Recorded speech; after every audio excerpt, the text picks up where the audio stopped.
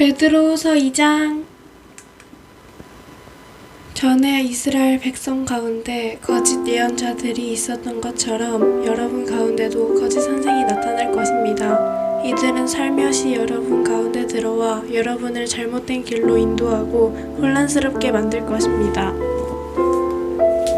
또한 그들은 우리를 죄에서 풀어주시려고 피 흘리신 주 예수 그리스도를 부인하여 스스로 멸망의 길로 달려가고 있습니다. 많은 사람이 그들의 악한 길을 따르고 참 진리의 길을 방해할 것입니다. 여러분을 이용하여 거짓을 말하게 하는 그 사람들은 여러분이 가진 돈에만 관심이 있을 뿐입니다. 하나님께서는 이미 그들에게 죄가 있다고 선언하셨으며 그들은 의로우신 하나님의 심판을 피할 길이 없습니다. 천사들이 죄를 저질렀을 때 하나님께서는 그들을 용서하지 않으시고 지옥으로 보내어 심판날까지 어두운 구덩이에 갇혀 있게 하셨습니다. 또한 오래전 하나님을 거역하고 악한 행실을 하던 사람들을 홍수로 쓸어버리셨습니다. 하지만 하나님께서는 하나님의 의로우심을 외치던 노아와 7 식구의 생명을 보호하셨습니다.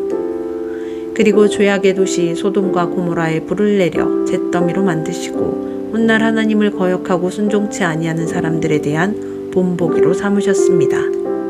그러나 하나님께서는 그 가운데서 롯을 구원하셨습니다.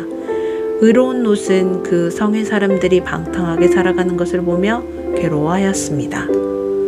롯은 선한 사람이었기에 이웃들이 날마다 행하는 악한 일들을 보고 들으면서 몹시 괴로워하였습니다. 하나님께서는 경건한 사람을 어떻게 구원해야 할지 아시고 큰 어려움이 닥칠 때 구원해 주십니다. 그러나 악한 사람은 심판날까지 계속 벌하실 것입니다.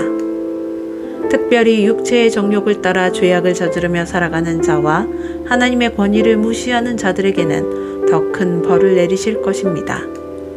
거짓 선생들은 이처럼 자기 마음대로 행동하고 교만할 뿐 아니라 영광스러운 천사들에 대해서도 욕하며 함부로 떠들어댑니다. 그러나 하늘에 있는 천사들은 그들보다 더 큰 힘과 능력을 가졌지만 하나님 앞에서 그들을 헐뜯거나 욕하지 않습니다. 이 거짓 선생들은 알지도 못하면서 욕하고 떠들어댑니다. 이들은 잡혀 죽기 위해 태어난 생각 없는 짐승 같아서 결국 멸망하고 말 것입니다. 많은 사람들을 괴롭혔으니 그들 자신이 고통받는 것은 당연합니다. 그들이 한 것에 대한 대가를 치러야 하는 것입니다. 그들은 드러내놓고 악한 일을 행하며 쾌락을 추구합니다. 그들은 여러분 가운데 끼어있는 더러운 티와 같아서 함께 먹는 자리에서 여러분에게 불명예와 부끄러움을 가져다 줄 것입니다. 그들은 여자를 볼 때마다 나쁜 마음을 품으며 그러한 행위를 멈추지 않습니다. 악한 자들을 꿰어 죄의 올가미 가운데 빠뜨리고 자기 욕심만 채우도록 부추깁니다. 하나님께서는 이들을 분명히 벌하실 것입니다.